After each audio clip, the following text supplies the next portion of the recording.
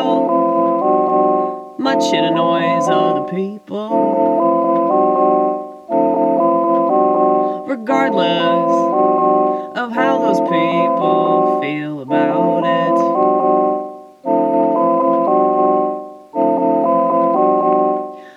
Why is what we do contingent on what other people think about it? Well, because we live in a society, they call this a civilization, please. We live in a society that obsesses about all the wrong things.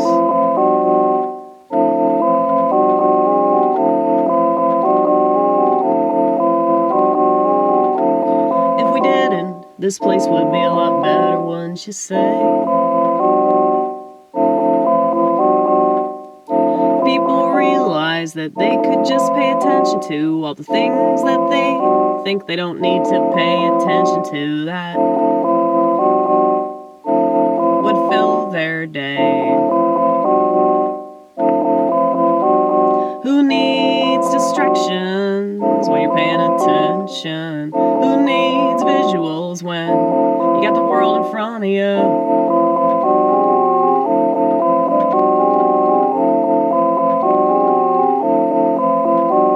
But people are pretty boring, are they not?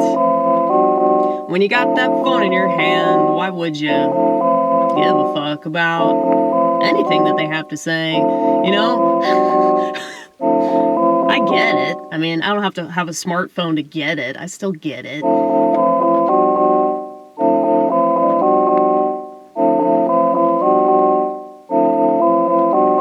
And when they tell you can be relevant, why won't you buy what they sell you? When they tell you can feel real important, you know, all that stuff that you're not facing, you never have to face it.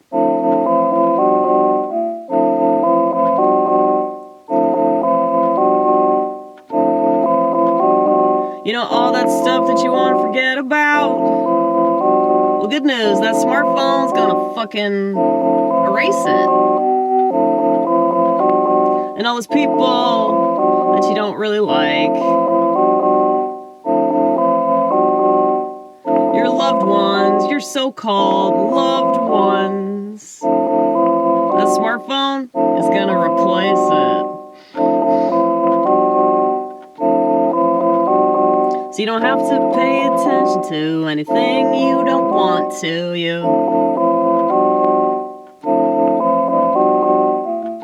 You don't even have to take a shit in silence no more. That'll sell them for sure.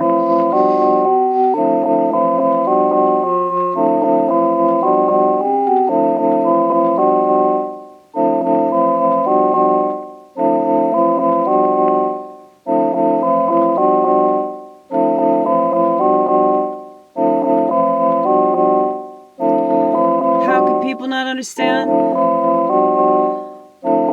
why it's happening the way that it's happening. I guess you have to bury your head in the sand. And everything in our culture is a form of sand. And I've done a lot of drugs, but they made me think and feel about the way that I already thought and felt. Help me understand myself. That's not to say that you need anything.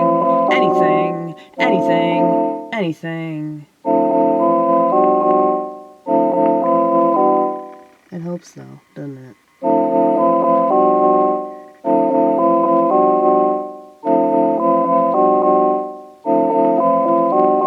All things are lawful for me, but not all things are expedient.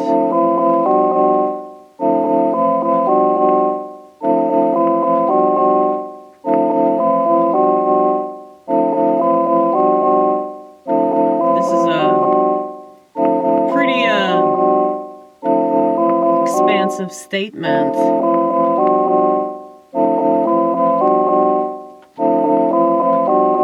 And the Bible's meant to be understood. The Bible's meant to be understood. And if you understand it, you apply it. If you understand it, you can't deny it. I don't think that's why people read it. Oh wait, do people even read it? No.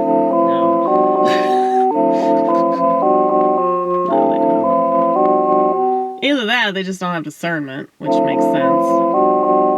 Social media is a weapon specifically designed to deny actual, factual, literal discernment.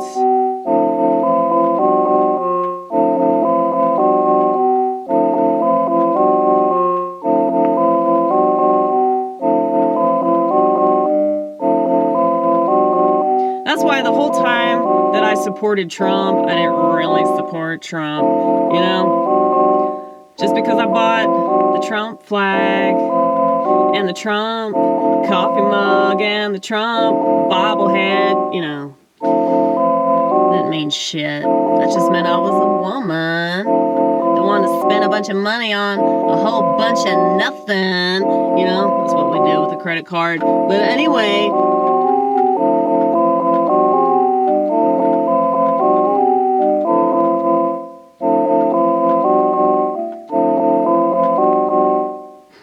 I really just bought all that shit to piss off that friend of mine that I tell you about all the time.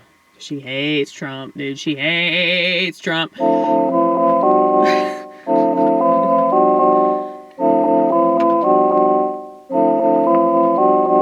kind of ridiculous to hate somebody as much as people hate him. It's kind of ridiculous to hate anyone as much, especially a president. Some Emmanuel Goldstein shit, but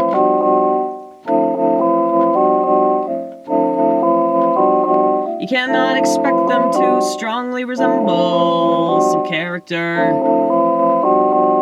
or some plot in a book or a movie or a comic, you know, because that's what we've done to ourselves. That's what mass consumption has done to us. We act just like all the ones that they told us would. That they told us we would strongly resemble. But they didn't tell us that. They showed us that. You feel me? You feel me? You feel me? You feel me? That's what they do. They basically like present this idea and some sort of creative means. So it started with comic books. Why do you think that all these Marvel movies, they make so much money? They're all crap, and yet they make so much money. It's because the people that are obsessed with those superheroes, people that go to comic book stores and shit, and they have all the collectibles, the figurines and shit. And I don't care what you're into, by the way. This isn't me trying to dog what you're into. I don't give a fuck if you love comic books and all that, whatever. We all love what we love. I love music. I'm obsessed with music. And I know that a lot of that shit was designed to, you know, show us what was gonna happen, you know? But, the difference is I know that. Like, I know that a lot of the music that I really appreciate, especially from the 60s, was all for the purpose of drugging the American public. So, yeah, I get that. I think a lot of these movies, you know, it's predictive programming or whatever. But I think it's also just to show us, like, where we are as a society, you know? How we react to certain TV shows, how we react to songs on the radio. I mean, all these genres, they're so degenerate. Did I tell you guys this? that I got into an argument with this black chick that I work with, who I love very much, by the way. She's one of my favorite people. She got mad at me because I said that her music was ghetto. And she was like, you know, y'all just say that about black music. And I was like, well, I don't, because I think a lot of this shit's ghetto. I was like, if you would like, I will start calling Taylor Swift ghetto, because she is, okay? And the kinds of people that listen to Taylor Swift, and once again, do not care what you're into, okay? But I think that there's a huge difference between people that, like, they really appreciate a piece of music, or it's like a form of escape for them, or it's just something that, background noise, whatever, versus people that are, like, obsessed with that person, like, their whole life revolves around fucking Taylor Swift, you know? That's just weird. That's just weird to revolve your entire life around the existence of some celebrity or some pop star or whatever the fuck. You know, I was obsessed with Mariah Carey. When I was a kid, I was so obsessed with her. And I listened to that MTV Unplugged. I think it was from 1991. I listened to that shit on cassette. I wore out the cassette. Okay? I was so obsessed with her. At the same time, it does not surprise me at all that she's in the Illuminati. It does not surprise me that she's part of all that Mason crap. You know, because I don't idolize these people. Mariah Carey has a lot of talent. The bitch can fucking sing, okay? That's why they use people like her. Because she's willing to play the game. Because she wanted to be famous. And, you know, that's what they do. That's what they do. And that's what makes me nervous about, you know, people that want to get into comedy and they want to get on Netflix and all this shit. It's like, you just don't know, like, what's going to happen if you sign contracts, and it's like you're selling your soul to the devil. You're selling your soul to people that will decide when you die, you know? They'll decide when your family members die. Shit like that. And I don't understand, like, why people, like, they don't see through it. They don't see, like, oh wow, there could be this totally ominous side of celebrity and status. And so I think that you really have to be a religious nut job. I don't have any problem saying that about myself. I know that's what people will call me, but I know that's how I sound for sure. And I get why. Because people want to trust the world that they live in. They want to trust that everything on the surface is just the way that it looks. They want to trust that, you know, people that have this sort of celebrity status, they have it because people that throw a football around should be famous. Okay? People that lip sync into a microphone and shake their ass on stage, they should be famous. You know, people that sing about degenerate crap, that encourage people to get completely wasted at parties, these people should be famous. Okay? Like, just the fact that there are so many celebrities that are literally worshipped by millions of people shows you why humanity is not salvageable. You know, it's like every time I read in the Old Testament and God is pissed off at Israel, he's pissed off because of their idol worship. And he forgives them over and over and over again. He forgives them, all for them to keep going back to the same shit. Okay? That's just the nature of humanity. That's the nature of our fallible, fallen state, you know? And unless you realize that you're in the fallen state, unless you realize how fallible you are as a human being, you're completely fucked. And you might not see yourself that way. I mean, I see people perishing all the time. I mean, they definitely can't smell that. You know? And that's why they keep going after all the shit they keep going after. And like, I'm sorry I keep bringing this back up, but yeah, with psychiatric medication, like you see it where it's like a medication isn't working. So they're like, okay, well, here's more. Here's more of the thing that doesn't work.